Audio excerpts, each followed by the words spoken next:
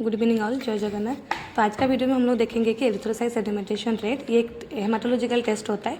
तो कैसा होता है देखो, तो ये पहला तुम्हारा इंट्रोडक्शन, ठीक है। When an anticoagulant blood is allowed to stand vertically, मतलब हम लोग एक एंटीकोगुलेटेड ब्लड को एक जो वर्टिकल पोजीशन में रखते हैं तो क्या होता है ना, जो आरबीसी होता है ना, ब्लड के अंदर जो आरबीसी होता है वो क्या होता है, सेडिमेंट होता है। तो वो सेडिमेंट होने के लिए कितना टाइम लगता है उसको हम लोग क्या बोलेंगे, एरिथ्रोसाइट सेडिमेंटेशन रेट। एरिथ्रोसाइट मतलब आरबीसी, सेडिमेंटेशन मतलब जो सेडिमेंट होना है, रेट मतलब कितना टाइम उसको लग रहा है। सेकंड पॉइंट देखो, ये sir is a relatively simple, inexpensive, मतलब ज़्यादा एक्सपेंसिव भी नहीं होता है, सिंपल प्रोसीजर होता है। एंड नॉन स्पेसिफिक, मतलब ऐसा नहीं कि ये सर को देख के हम लोग उसको आइडेंटिफाई कर सकते हैं ना उसका ये डिजीज़ हुआ है, नहीं, ये हमारा नॉन स्पेसिफिक होता है। That has been use for the detect, जैसे कि तुम्हारा infection, inflammation, then cancer and autoimmune disease and also liver disease, ठीक है। ये तुम्हारा हो गया इंट्रोडक्शन टू ESR। नेक्स्ट देखो प्रिंसिपल, क्योंकि सारे टेस्ट का हमारा एक एक प्रिंसिपल होता है। तो ESR का प्रिंसिपल क्या होता है, anticoagulant blood is taken in A tube and kept on disturb in vertical position. एक ट्यूब में हम लोग जब उसको ब्लड को लेके ऑन डिस्टर्ब मोड में एक वर्टिकल पोजीशन में रखेंगे तो वो क्या होता है ना, कुछ टाइम के बाद तुम्हारा सेडिमेंट होता है। Then after a specific time, यहाँ पे कितना टाइम ले रहे, 1 hour specific time, the level of red cell is noted, मतलब आरबीसी 1 घंटे के बाद कितना नीचे जा रहा है, मतलब कितना सेडिमेंट हो रहा है, वो हमारा होगा ESR का वैल्यू, ठीक है।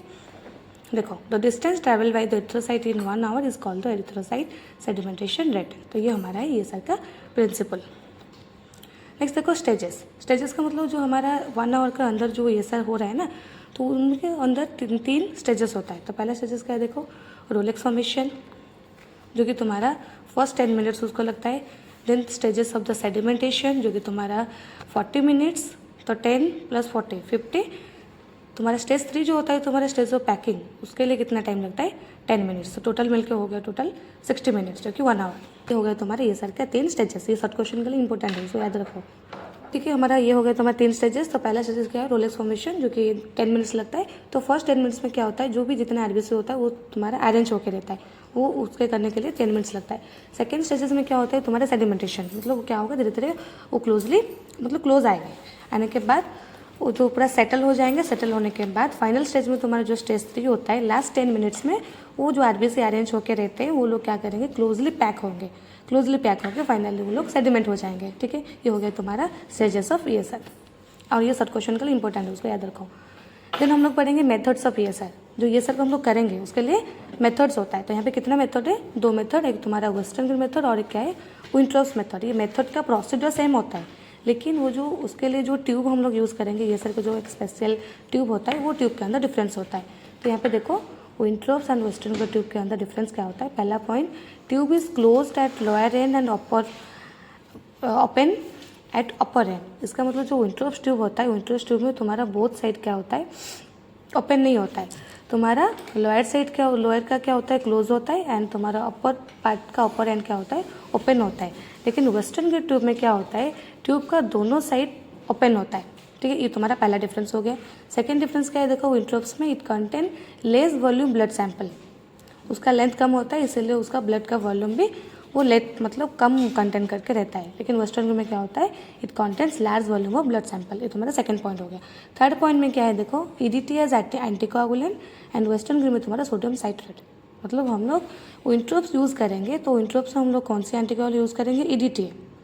एंड वेस्टर्न में हम लोग मेथड फॉलो करेंगे तो हमको कौन से एंटीकोगुलेंट चाहिए, सोडियम साइट्रेट, ठीक है। द नॉर्मल वैल्यू देखो, विंट्रोप्स से हम लोग ESR करेंगे तो उसमें नॉर्मल वैल्यू कितना होता है, मेल में 0 to 9 mm/h एंड फीमेल में 0 to 20 mm/h। लेकिन वेस्टर्न में हम लोग यूज़ करेंगे तो मेल में कितना होगा, 0 to 5 mm/h एंड फीमेल का 0 to 7 mm/h, ठीक है। देन तुम्हारा नेक्स्ट पॉइंट क्या है, वैल्यूज आर लेस सेंसिटिव, लेकिन वेस्टर्न में जो वैल्यूज होता है वो सेंसिटिव होता है। देन वो जो लेंथ होता है, विंट्रोप्स ट्यूब का लेंथ कितना होता है, 11 सेंटीमीटर, एंड वेस्टर्न ट्यूब का तुम्हारा कितना होता है, 30 सेंटीमीटर, ठीक है। देन तुम्हारा डायमीटर क्या होता है, 2.5 mm, इसका भी डायमीटर क्या होता है, 2.5 mm। मतलब दोनों ट्यूब का एक ही सिमिलर पॉइंट है, जो कि उसका डायमीटर क्या होता है, 2.5 mm। बाकी सारी चीज़ क्या होता है, उसका अलग होता है, ठीक है। ये तुम्हारा हो गया difference between Wintrobe's and western tube. तो अभी देखो मेथड या प्रोसीड्यूर, तो हम लोग वेस्टर्न मेथड को फॉलो करेंगे। तो पहला तुम्हारा रिक्वायरमेंट क्या है देखो, western pipette, then western gun stand and तुम्हारा एंटीकोआगुलेंट। ठीक है, यहाँ पे क्या क्या हमको चाहिए, पहले तुम्हारा वेस्टर्न गन पीपेट और तुम्हारा ट्यूब, स्टैंड चाहिए, एंटीकोआगुलेंट चाहिए। ठीक है, यहाँ पे कौन सा एंटीकोआगुलेंट चाहिए, 3.8% सोडियम साइट्रेट। प्रोसीड्यूर बहुत सिंपल प्रोसीड्यूर है, फिल द पीपेट बाई, देखो वेस्टर्न गन को पीपेट भी हम लोग बोल सकते हैं, वेस्टर्न का ट्यूब भी बोल सकते हैं। तो पहला वो ट्यूब को हम लोग क्या करेंगे, अप टू 0 मार्क तक हम लोग क्या करेंगे, उसको फिल करेंगे। ठीक है, ये तुम्हारा हो गया ट्यूब। तो ट्यूब में तुम्हारा जैसे कि मेजर एक लेवल होता है ना कि 0, 10, 20, 30, तो पूरा 0 मार्क तक हम लोग क्या करेंगे, ब्लड सैंपल मतलब जो होल ब्लड होता है जो कि हम सोडियम साइट्रेट जो ट्राइसोडियम साइट्रेट में लिए होंगे, तो उसको हम लोग क्या करेंगे, पहले ट्यूब को फिल करेंगे। फिल करने के बाद उसको हम लोग क्या करेंगे, पूरा वर्टिकल पोजीशन में हम लोग रखेंगे। एंड वर्टिकल पोजीशन रखने के लिए हमारे पास एक वेस्टर्न गन का स्टैंड होता है। ठीक है, ऊपर वर्टिकल पोजीशन में रहता है जो कि ऑन स्टॉप मोड में। करने के बाद अप टू 1 आवर हम लोग टाइमर रन कर लेंगे। अप टू 1 आवर के बाद एग्जैक्टली, उससे पहले नहीं कि उससे बाद नहीं, एग्जैक्टली अप टू 1 आवर के बाद हम लोग क्या करेंगे, लेवल चेक करेंगे कि आरबीसी तुम्हारा ऊपर से कितना नीचे तक गया है। ठीक है, ये तुम्हारा हो गया वेस्टर्न गन का प्रोसीड्यूर। पहले से हम लोग क्या यूज़ कर रहे थे ना, ग्लास का ट्यूब होता है अभी, लेकिन सारे चीज़ तुम्हारा प्लास्टिक जो यूज़ एंड थ्रो होता है, लेकिन पहले में जो हम लोग यूज़ कर रहे थे वो क्या हो रहा था ना, तुम्हारा ग्लास का, जो कि पहले हम लोग उसको यूज़ करते हैं, फिर उसके बाद उसको क्लीन करके फिर से हम लोग रीयूज़ कर सकते हैं, लेकिन अभी हम लोग प्लास्टिक का यूज़ कर रहे हैं। तो वेस्टर्न गन का किसी का हम लोग मेथड में फॉलो कर रहे हैं, तो उसका नॉर्मल वैल्यू कितना होगा, मेल का 0 to 5 mm/h, मतलब इससे अंदर आया है तो उसका नॉर्मल है, ज़्यादा है तो हम लोग क्या सोचेंगे कि कुछ इन्फ्लेमेशन या लिवर डिजीज कुछ हो सकता है, लेकिन ये नॉन स्पेसिफिक नहीं है। फीमेल का क्या कितना है नॉर्मल वैल्यू, 0 to 7 mm/h। ठीक है, ये तुम्हारा हो गया वेस्टर्न गन मेथड। देन देखो इंट्रोप्स मेथड। तो इंट्रोप्स मेथड में क्या होता है, देखो जो कि तुम्हारा ट्यूब के अंदर दोनों के अंदर डिफरेंस होता है, तो यहाँ पे भी तुम्हारा क्या चाहिए, इंट्रोप्स पीपेट चाहिए, इंट्रोप्स स्टैंड चाहिए, देन एंटीकोआगुलेंट यहाँ पे क्या चाहिए, ईडीटी। याद रखो हम लोग इंट्रोप्स मेथड फॉलो करेंगे तो एंटीकोआगुलेंट क्या लेंगे, ईडीटी है। वेस्टर्न गन हम लोग करेंगे तो एंटीकोआगुलेंट क्या चाहिए, trisodium citrate. Procedure with the help of long neck Pasteur pipette और special syringe fill the Wintrobe's tube up to 0 mark. यहाँ पे भी हम लोग क्या करेंगे, 0 मार्क तो हम लोग उसको ब्लड को फील करेंगे, लेकिन यहाँ पे तुम्हारा जो यहाँ पे हम लोग स्पेशल सिरिंज भी यूज़ कर सकते हैं। ठीक है, तो place the tube in an exactly vertical position, then up to 1 hour हम लोग क्या करेंगे, आरबीसी कितना नीचे गया है उसको हम लोग चेक करेंगे। ठीक है, नॉर्मल वैल्यू इसका भी अलग होता है, मेल का 0 to 9 mm/h, फीमेल का कितना होता है 0 to 20 mm/h।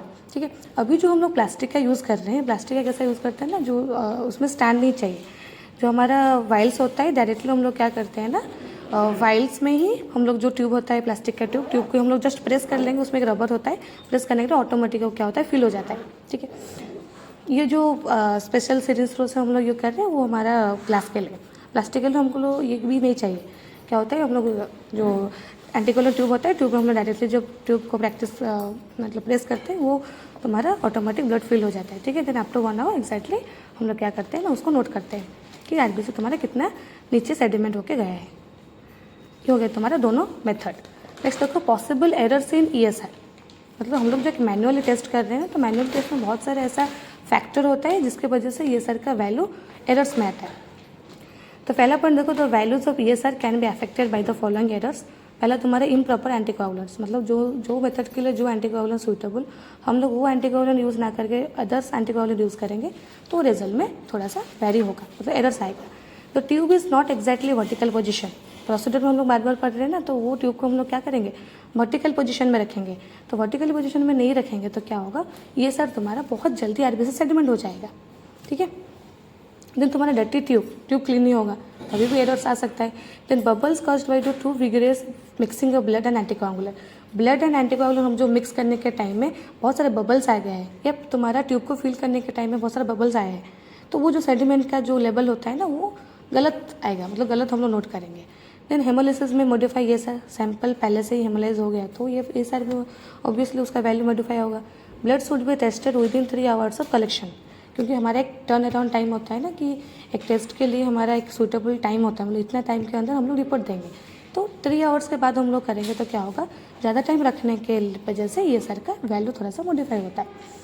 Then the stand should not be kept on the vibrating surface, हम लोग वाइब्रेटिंग सरफेस में ये सर ट्यूब को रखेंगे तो क्या होता है, वो वाइब्रेटिंग वजह से बहुत जल्दी क्या होता है आरबीसी नीचे सेडिमेंट हो जाता है, लेकिन वो तो नॉर्मल नहीं होगा, अब नॉर्मल होगा। Then the reading should be taken exactly after 1 hour, ठीक है। 1 आवर के बाद हम लोग करेंगे तो थोड़ा सा ज़्यादा ये सारा जाएगा।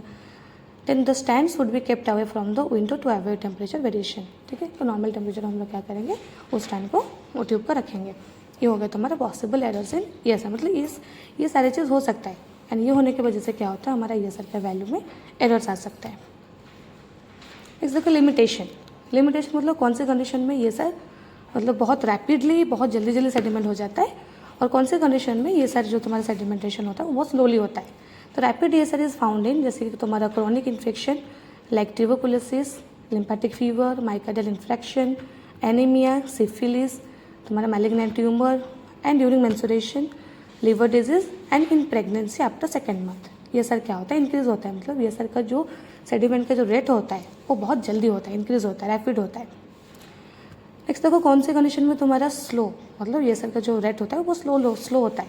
तो पहला तुम्हारा न्यूबॉर्न्स इन्फेंट पॉलीसिथेमिया, देख रहे हो ना, अपोजिट है। तुम्हारा रैपिड में था एनीमिया एंड स्लोली में तुम्हारा क्या है, पॉलीसिथेमिया। एलर्जिक कंडीशन एंड तुम्हारा हार्ट फेलियर, ठीक है। ये तुम्हारा लिमिटेशन मतलब कौन सी कंडीशन में ESR जो रेट होता है वो बहुत रैपिड होता है एंड कौन से कंडीशन में ESR का वैल्यू स्लो होता है, ठीक है। तो ये हो गया हमारा ESR। तो आज के लिए हम लोग इतना ही पढ़ेंगे। वीडियो अच्छा लग रहा है तो प्लीज़ लाइक शेयर सब्सक्राइब करना मत भूलना एंड इसका नोट्स चाहिए तो डिस्क्रिप्शन में मैं उसका PDF भी देती हूँ, ठीक है। तो थैंक यू, फिर मिलेंगे हम लोग नेक्स्ट वीडियो में।